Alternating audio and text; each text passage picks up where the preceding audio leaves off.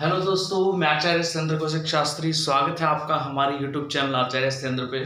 तो दोस्तों, आज हम लेके आए हैं मैथ का एक ऐसा कॉन्सेप्ट या फिर मैं कहूँ एक ऐसा क्वेश्चन जो एग्जाम में देखा जाता है और काफ़ी सारे बच्चे जो है ना रूल के अनुसार उसको निकाल भी लेते हैं, मगर कुछ एक बच्चे ना एंड टाइम पे एग्जाम में वो रूल ही भूल जाते हैं। तो आज हम समझेंगे कि हम बिना रूल के भी आंसर कैसे निकाल लें, या फिर मैं कहूँ कि वो रूल बना ही कैसे है।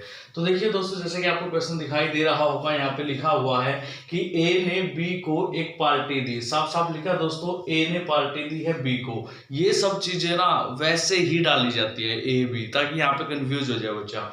मेन चीज हमें क्या देखनी है, एक पार्टी दी जिसमें कुल 11 सदस्य थे। कितने आए थे? कुल 11 सदस्य आए थे भाई। और यहाँ पे कहा गया सदस्य आए यदि सभी आपस में एक दूसरे से हाथ मिलाएं तो कुल कितनी बार हाथ मिले, अर्थात कुल कितनी बार हाथ मिलेंगे या कितनी बार मिले हैं, हमें वो बताना है। दोस्तों, अगर रूल के अनुसार हम पढ़ें तो हमारे पास एक सूत्र होता है, शायद आपको पता ही होगा, n-1/2। ये हमारे पास एक सूत्र है जिससे हम क्या करते हैं, इस क्वेश्चन को निकालते हैं। बट क्या होता है कि हर एक बच्चा सूत्र याद नहीं कर पाता। एक कर लेगा, दो कर लेगा, तीन कर लेगा, कितने सारे सूत्र याद करेगा। अगर उसको ये पता हो कि सूत्र बना ही क्यों है, कैसे बना है, तो शायद उसको ये सूत्र याद करने की जरूरत होती ही नहीं है। सूत्र बनाए इसलिए गए थे ताकि थोड़ा सा वो कम समय में उसको कर ले। बट अगर इसको समझा दिया जाए ना कि ये बना क्यों है, किस प्रकार से बना है, तो शायद ना तो उसको सूत्र याद करने की जरूरत पड़ेगी और ना ही वो जिंदगी भर कभी इसको भूल सकता। तो आइए देखते हैं कैसे। देखिए दोस्तों, हम चलते हैं बिल्कुल बेसिक पे और उसके बाद मैं एक सेकंड में इसका आंसर निकाल के बताऊंगा आपको। बेसिक क्या कहते हैं, कुल सदस्य कितने आए थे भाई? कुल सदस्य आए हैं 11, अर्थात कुल जितने भी टोटल सदस्य थे वो 11 थे। कह रहे हैं कि सदस्य आए थे यदि सभी आपस में एक दूसरे से हाथ मिलाएं। मान लो 11 लोग हैं, एक दूसरे के साथ हाथ मिलाएंगे तो कुल कितनी बार हाथ मिलेंगे? हम देखेंगे कि 10 बार हाथ मिलेंगे। 11 बार क्यों नहीं? क्योंकि अगर 11वां मैं खुद हूं, 10 सदस्य और हैं, 11वां मैं खुद हूं, तो 11 सदस्य हुए। तो 11 सदस्य अगर आपस में हाथ मिलाएंगे, हाथ तो 10 बार ही मिलेंगे ना, क्योंकि मैं तो अपने खुद के साथ तो हाथ मिलाऊंगा नहीं, 11वां तो खुद के साथ तो मिलाएगा नहीं, मैं और 10 के साथ मिलाऊंगा जो और 10 आए हैं। 11वां मैं हूं तो मैं 10 के साथ और हाथ मिलाऊंगा, है ना, खुद के साथ तो नहीं मिलाऊंगा। अर्थात कुल कितने भाई अब हमारे पास आए? 10। ठीक है, तो ये 11 सदस्य कुल कितनी बार हाथ मिलाएंगे? 10 बार हाथ मिलाएंगे, क्योंकि 11वां सदस्य खुद के साथ नहीं मिलाएगा, वो बाकी 10 के साथ मिलाएगा। अगर मैं कहूं कि जो 10वां है या पहला है वो बाकी 11 के साथ मिलाएगा, पहला खुद के साथ नहीं मिलाएगा, तो कितनी बार हाथ मिलेंगे? 10 बार मिलेंगे, खुद के साथ तो मिलाएगा नहीं।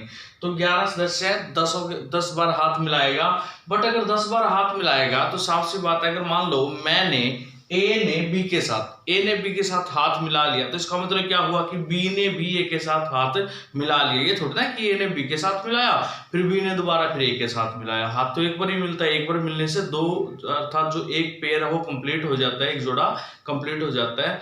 तो साफ सी बात है, हम क्या कर देंगे, बटा 2 कर देंगे। ये बटा 2 क्यों किया, शायद समझ में आया होगा। जब ए ने बी के साथ हाथ मिलाया तो साफ सी बात है बी का ए के साथ अपने आप ही मिल गया, अर्थात यहाँ पे पेयर बनते जा रहे हैं। क्या बनते जा रहे हैं? पेयर। और पेयर कितने का होता है? 2 का, इसलिए हम बटे में 2 कर देंगे। अच्छा, ये 10 क्यों आया, ये शायद आपको समझ में आया होगा। 10 इसलिए आया क्योंकि 11 अगर सदस्य है तो 11वां सदस्य खुद के साथ हाथ नहीं मिलाएगा, वो बाकी 10 के साथ मिलाएगा। ठीक है ना, तो क्या होगा कि जितनी संख्या है कुल, उसमें से एक कम कर दो। क्यों? क्योंकि एक तो खुद ही है, तो उसके साथ उसको मल्टीप्लाई कर दो, और पेयर बन रहे हैं हाथ मिलाने में, तो क्या कर दो, बटे में 2 कर दो।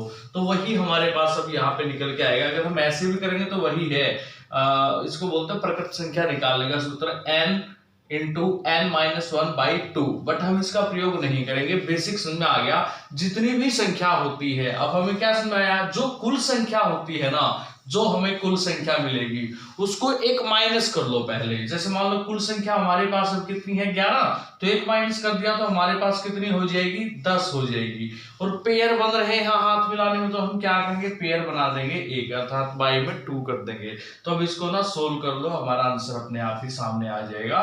क्या आ जाएगा, 11 भाई 110 आ गया, बटे में 2 आ गया, तो 55 हमारा क्या हो गया, आंसर हो गया। अर्थात 55 बार हाथ मिलेंगे। अभी इसी क्वेश्चन में अगर मैं कहूं कि कुल सदस्य हमारे पास कितने थे, कुल सदस्य 5 थे भाई। कुल सदस्य कितने थे, 5।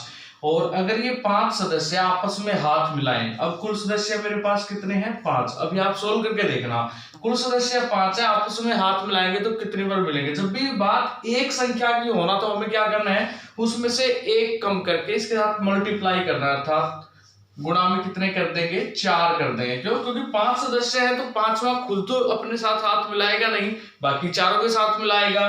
तो 5 गुना 4 और बटे में क्या कर देंगे, पेयर बनेंगे ना हाथ मिलाने में, बटे में कर देंगे 2।